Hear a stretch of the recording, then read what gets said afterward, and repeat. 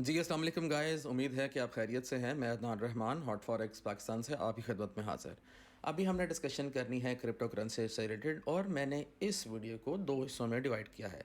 एक जगह पे हम डिस्कस करेंगे कि इससे जो इसकी बेहतरी के लिए कौन-कौन सी न्यूज़ हैं और दूसरी तरफ हम इसकी लिए जो परेशान कुन न्यूज़ हैं उसको डिस्कस करेंगे। चलिए मैं पहले स्टार्ट करता हूँ गवर्नर बैंक ऑफ इंग्लैंड की तरफ से, जो कि अपना एफसीए के फॉर्मर चीफ एग्जीक्यूटिव भी रह चुके हैं, उनकी तरफ से कुछ न्यूज़ हैं और ये 2017 से यानी कि 2017 से काफ़ी क्रिटिक हैं इस क्रिप्टो करेंसी के मामले में।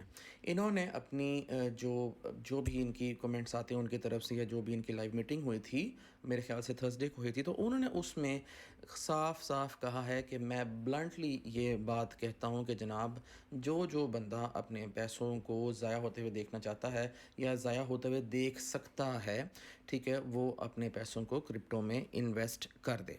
ठीक है, ओके। अब उन्होंने कहा, अच्छा इसी चीज़ को अगर हम देखें तो पहले एफसी से हमारे पास पहले भी कमेंट्स आए थे कि जनाब इसमें जनवरी में कमेंट्स आए थे कि इसमें बहुत ज़्यादा रिस्क इन्वॉल्व है।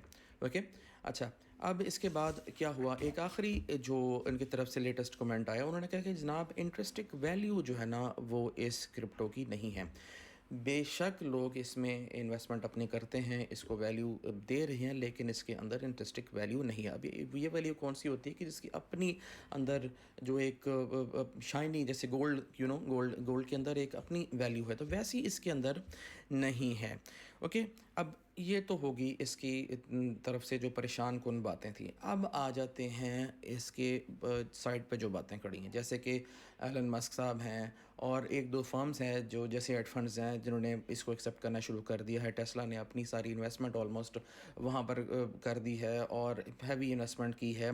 और अभी रात की खबर है कि उन्होंने कहा कि जनाब हम अपने स्पेस एक्स प्रोग्राम के लिए इसको बतौर अपना पेमेंट गेटवे भी इस्तेमाल कर सकते हैं, डोज कॉइन को। ठीक है, तो ये कुछ चीज़ें हैं जो काफ़ी ऊपर गई। अब जो क्रिटिक्स हैं वो कह रहे हैं कि जनाब 2017 में जब ये $20,000 पे था और ये बबल बना था $20,000 का, और फिर अचानक ही ये आके गिरा था 3,000 और कुछ मेरे ख्याल से डॉलर्स थे, तो ये अब वैसे बबल के अंदर हम दोबारा आके खड़े हो रहे हैं।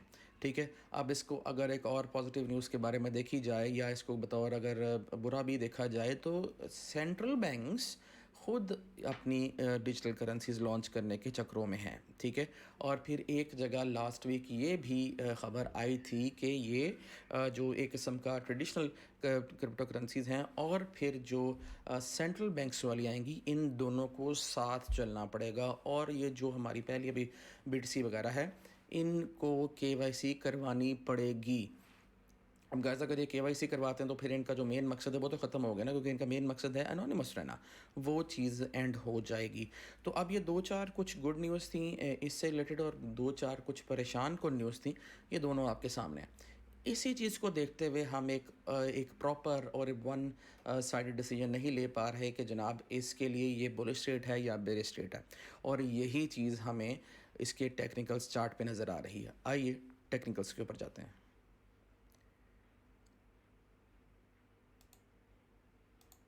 ओके, ये बीटीसी का चार्ट है, और जैसे कि मैंने कहा था कि ये करंट मंथ है, ये से प्रीवियस मंथ है और ये से प्रीवियस मंथ है। ये हमारे पास एक, समझ लें कि हमारे पास पी प्रोफाइल बनी थी ये वाली, जिसने अपना रिज़ल्ट दिया। उसके बाद आप ये देखें कि एक वो डिस्ट्रीब्यूशन बनी है और मार्केट इसी जगह पे फिर रही है। ये मैं कई अर्से से ये कह रहा हूँ कि जनाब ये आपकी बतौर स्ट्रॉन्ग रेजिस्टेंस काम करेगी, और ये अभी काम कर भी रही है।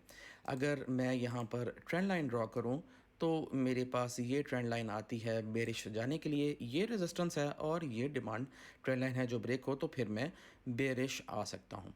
अगर मैं फिबोनाची के लेवल्स ड्रॉ करूँ तो लो से हाई तक यही लेवल, यही जो ज़ोन आती है, ये 76 की ज़ोन आती है, जो कि पहले रिजेक्शंस का बाइस बनी, फिर यहाँ पर एक आप कह सकते हैं विप्लैश बना, एंड अब हम इसी चीज़ को बतौर रेजिस्टेंस जोन देख सकते हैं। ठीक है, अगर हम करेंसी की स्ट्रेंथ में जाएं तो डॉलर अभी सबसे वीकेस्ट है और पाउंड सबसे स्ट्रॉन्गेस्ट है। इसके बाद एयूडी सबसे स्ट्रॉन्गेस्ट है।